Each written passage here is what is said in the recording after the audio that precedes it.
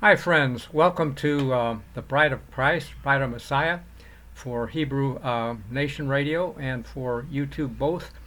Want to reply to Jonathan Cahn and also Ed Chumney. Both of these men I've appreciated, have learned from them, but I think there's something we're missing, and I want to address this also to Jews in Jerusalem, Israel. Um, there are millions of evangelical Christians who think they are the fig tree planted in the land, etc. But I've heard from a Messianic rabbi that 90% of them have no interest in their spiritual heritage, and 8% are Orthodox Jews who hate Christ. And so, not good situation. That only leaves about 2% that have spirit. Maybe they're there for missionaries to try to help the Jews. I don't know. But I want to share with you a perspective that I think is, to me, enlightening. And we're going to look at about 5 or 6 points, really. The first, number one, is that those Jews are there because the UN gave them land. But it wasn't the UN's land to give, okay? God owns that land, and he has something different in mind than the UN, which I believe is the image beast of Revelation 13. Image of the papacy, the first beast, because there are so many Catholic nations, and Catholic can be little c, universal, go along to get along, just homosexuality is all right, etc., etc., gay parades in Tel Aviv. Bad situation for God's land. And he, I believe, is a prophetic, what I'm going to share with you is in prophecy of how it's going to happen and unwind, and it's not about waiting for 7 years till the Jews get converted. Basically, this is number one. It's not the UN's land.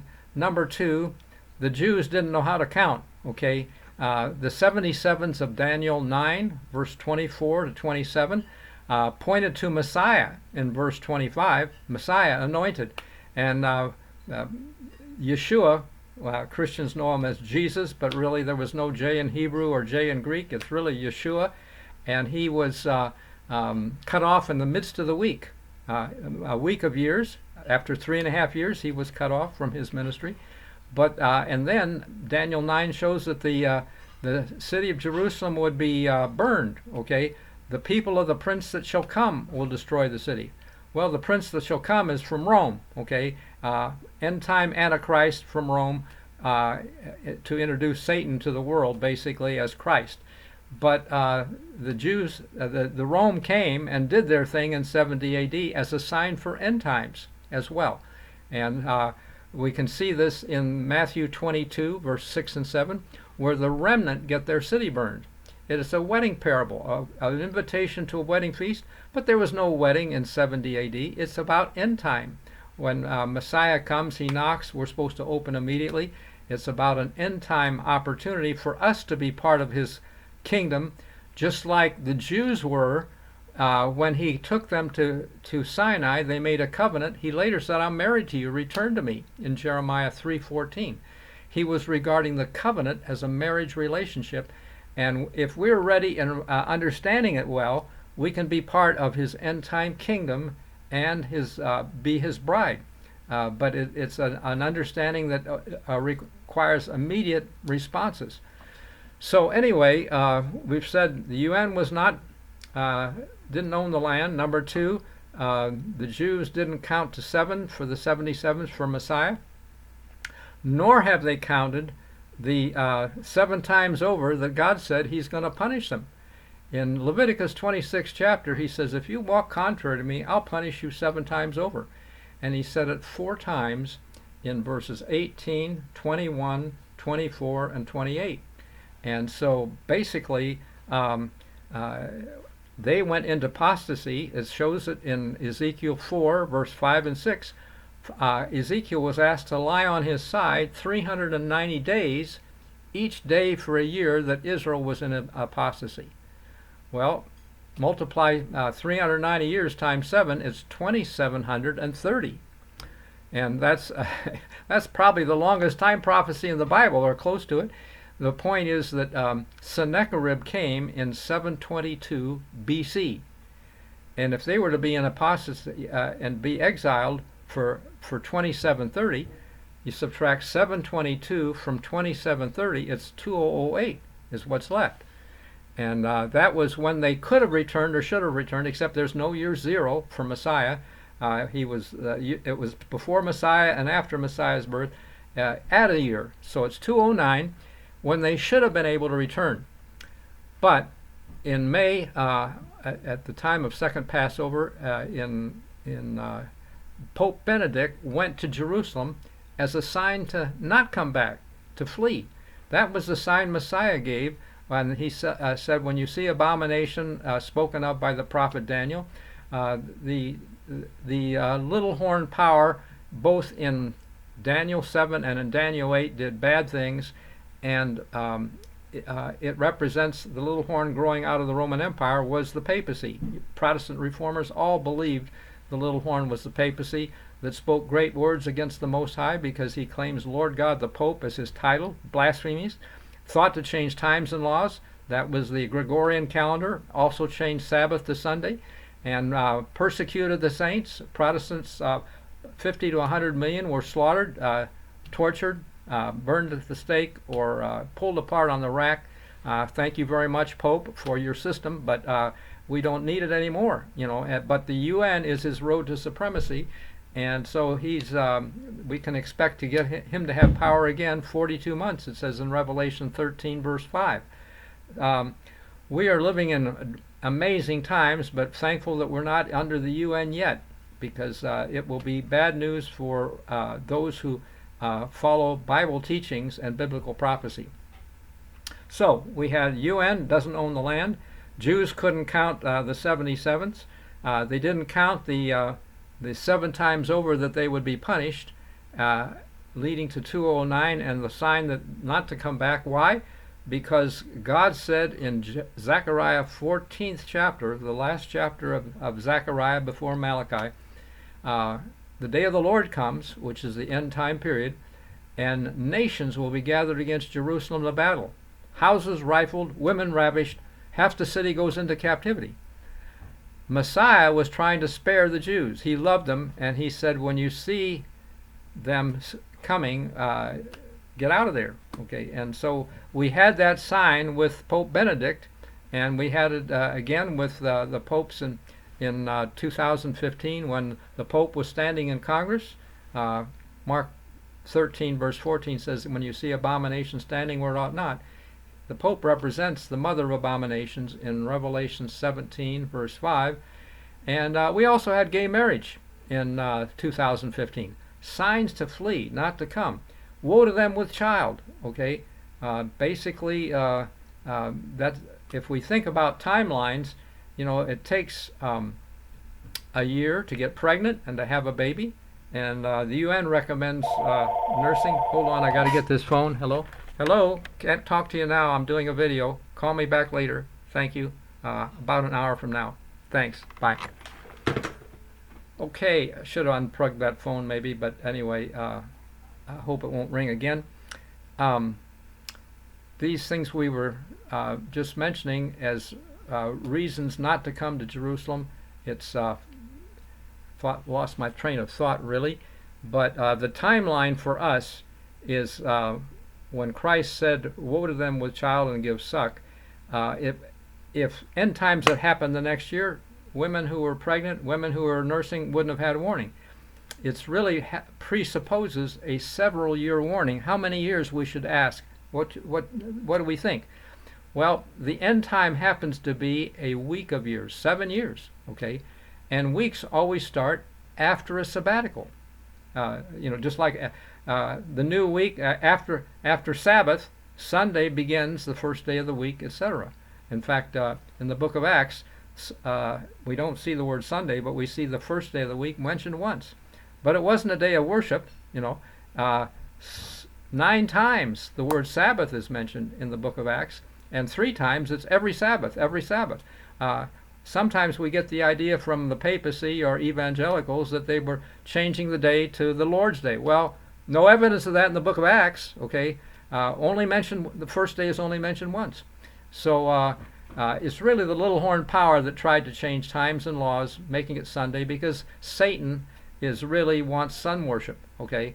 not S-O-N. He wants S-U-N worship. And that's was Constantine or Rosicrucian worshiped the sun. And the Pope blessed it, and everything with evangelicals seems fine. They didn't want to make a complete reformation in Luther's time. There had been enough bloodshed in Germany, etc., when he was asked about the Sabbath. So it's time for us to finish the Reformation. And when the UN gets power and they compel false worship, you can bet it's Sunday, Laudato Si, or Dies Domini, as the popes have both written encyclicals. Pope John Paul wrote Dies Domini, and Francis has got Laudato Si, both of them wanting to honor Sunday for the U.S. Well, the U.S. is not supposed to honor any day. It's not.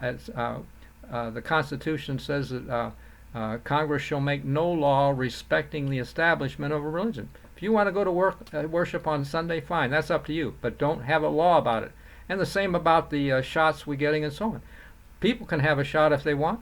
If they think that's protection, fine, but let's not force anybody. This is my body, my freedom, my right. Women understood that. They even used that to get abortion. Well, not a good idea for abortion, but I think it is for the what's coming, and too many reports of bad things happening to people who think that God didn't make the body right, and we need somehow to rearrange our DNA, messenger RNA, to do it better.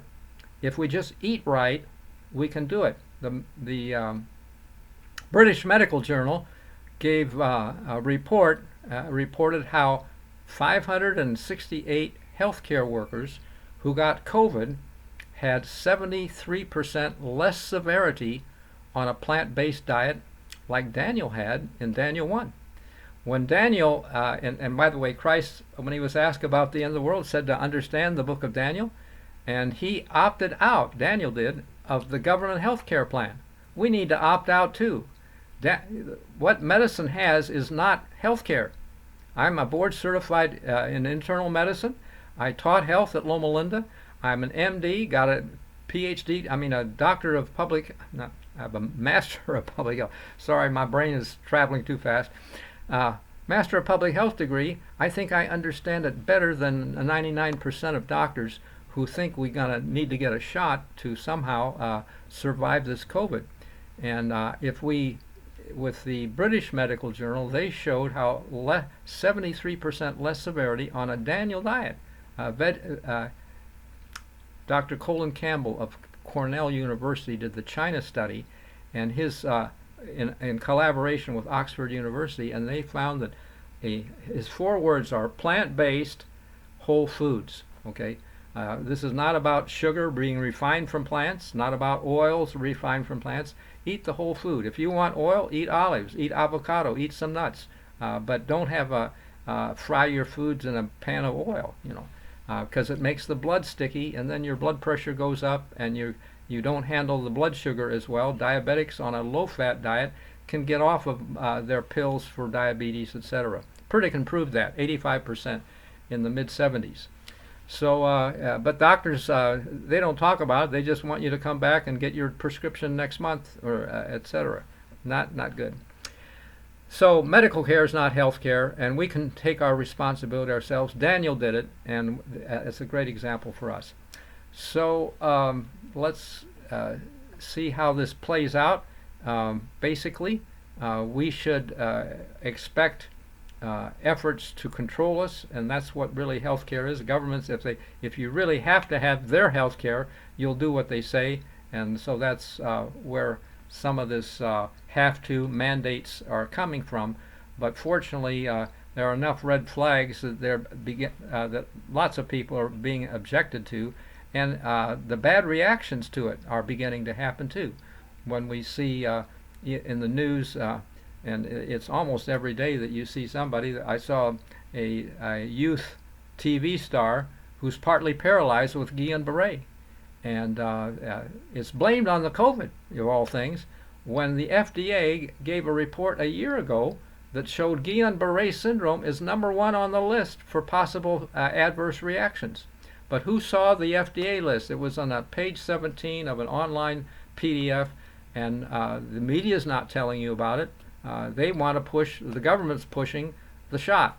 So not good. They're trying to control us, and we should resist and opt out like Daniel and his friends when he said, King, you can give us another chance, but we're not going to bow down to the image. And this control is partly New World Order image. It's the image beast. So that's a little to think about. And timeline, where are we at with this? I was saying that there's an end time week of years, 7, and they start after a sabbatical year. And when is the sabbatical? Well, I had a Jewish fellow send me an email who wanted a donation this year to plant fruit trees in Israel, because he says we can't plant next year. It's a sabbatical year. 2022 is a sabbatical year. And it goes back to 2015, 7 years earlier, when we had all of those signs with the Pope coming to Congress, gay marriage in the Supreme Court, peace and safety with the Iran nuclear deal. Joel 2:31, the sun will be darkened, moon turned to blood before the day of the Lord. The word before is panim, means facing the day of the Lord. Those signs, and by the way, the sun darkened, moon turned to blood, only God can control that. The blood moon on Passover was significant for that year. And I just think we should see that as an 8-year warning. 8 years. Why? Because Joseph in Egypt told Pharaoh there's going to be 7 good years of plenty to eat and then 7 of famine. Pharaoh had the dream of 7 fat cows eaten up by 7 skinny cows, 7 ears of corn, and then followed by 7 skinny ears with hardly any corn there. So that's for us, I believe. Favorite author says all the great events and solemn transactions of Old Testament history are repeating themselves for the church in the last generation. And I think that we're seeing these things. We've had no famine in this country. We've helped other countries with food, but things are beginning to turn sour. We're beginning to see signs that what's coming might not be good. And I'm seeing that from Roe v. Wade, which was, by the way, I'm seeing America as like Egypt. Okay, Egypt enslaved Israelites and threw their babies in the river. America has enslaved most people in negative lifestyles, alcohol, tobacco, drugs, prescription drugs being a form of bondage. If we eat right, we won't need these chronic diseases that we have. And so that's how God wants to deliver us, just like he wants to deliver us from Egypt. And as far as babies go, we have aborted and thrown 62 million in the trash can, where Egypt only threw maybe a few hundred or thousand in the river. I don't know. But we're worse than Egypt and deserving of judgment, and it's coming. And the question is when? Well, after the 8 years, basically, 8th year from the warnings of 2015, I believe is 2023. Here's a little book that I have written, Day of the Lord 2023. Lots of people think that the Day of the Lord is when he comes in the sky, but the book of Joel has more references, 5 of them, to the Day of the Lord, and there's no second coming in that book. It's about end times and the troubles that are going to come. And we're supposed to be ready. If we are, when we see Jerusalem compassed with armies, we know that that's the signal, just like when the Roman army came to Jerusalem before 70 A.D. It was the Christians fled the city, got out of there. And if we were smart, we would get out of the cities now, because Christ's warnings included the fact that if you're on the housetop when you see them coming, don't even go down to get your things. Just get out. And my point is, I'd like to take my things. I'd like to live in the country away from the cities and not have martial law bothering me like it will, where it will focus on the city. And so I think we can live well. God put man in a garden to begin with. We should learn how to garden, grow our own things a little bit, and survive. It won't be easy, I'm sure. I'm living in Arizona, which is arid zone, dry, not easy, trouble, There are gophers and locusts and things like that, but that's part of the discipline. When man sinned in Genesis, one of the curses was, "Cursed be the ground for thy sake." In the sweat of your brow you'll earn bread. We need to somehow sweat a little bit and pay the price, learn how to deal with. The garden has lessons for us, weeds to pull. Well, there's weeds in our lives. Sin, get it out, pull it out. When it's young, it's easy. When it's deeply rooted in our heart, and we can be overcome. That's the story. It's not once saved, always saved. It's Paul referred to one of his followers who left him and said he's no longer with us. Well, he lost faith, apparently. So every day we have to recommit, just like Paul said, "I die daily." So this is an overview of a timeline that I think is impending on us that we haven't seen. But it involves a need to understand the fact that the last 7 years are a week of years, and the Bible has a chiastic structure. Chiastic is a fancy word that theologians use for a chiasm or chasm. Man crawled into sin in Genesis. He crawls out in Revelation. There's a paradise in Genesis and a paradise at the end of Revelation. Christ created for 6 days in Genesis, and he ceased on the seventh day, the Sabbath, which we see in the fourth commandment. Remember the Sabbath day to keep it holy. 6 days you labor, for in 6 days God made heaven and earth, rested the seventh. It was a memorial to creation. Pope changed it, doesn't want creation. The devil doesn't want creation. He wants Sunday sun worship, etc. Okay, but the point is that this chiastic structure, when Christ created for 6 days and rest the seventh, he will mediate, intercede for us in the end time for 6 years, and he will cease on the seventh year when he says, "He that is righteous, let him be righteous still. Behold, I come quickly." And the point for this happens to be that for that ceasing of mediation to be on a sabbatical year, that end time week has to start right after a sabbatical year, which is next year.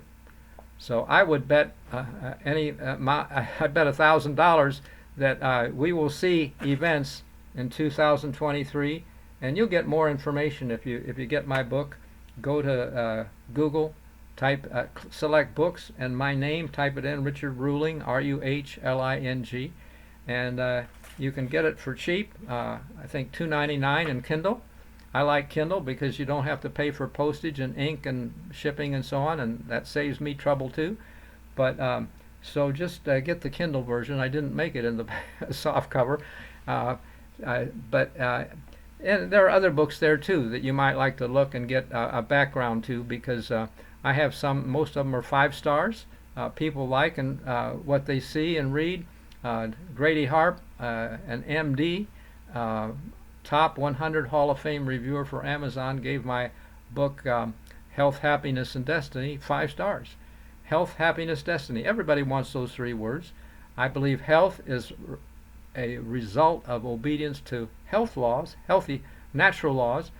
Happiness is a result of obedience to moral laws.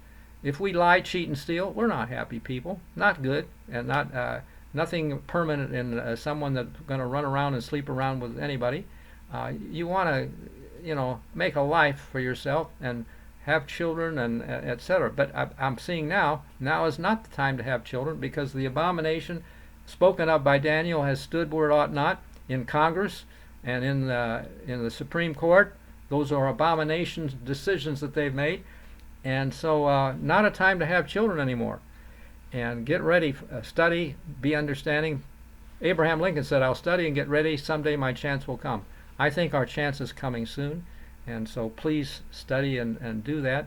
And another book I have is From Lockdown to Knockdown, The Fall of America. Even if you don't buy the book, you can click to look inside on the cover and read some interesting links on the shot and why you don't want it. It's worse than you might imagine. The FDA gave us warning a year ago, and we just haven't understood all of the things that can happen to us. But that's not the point for right now.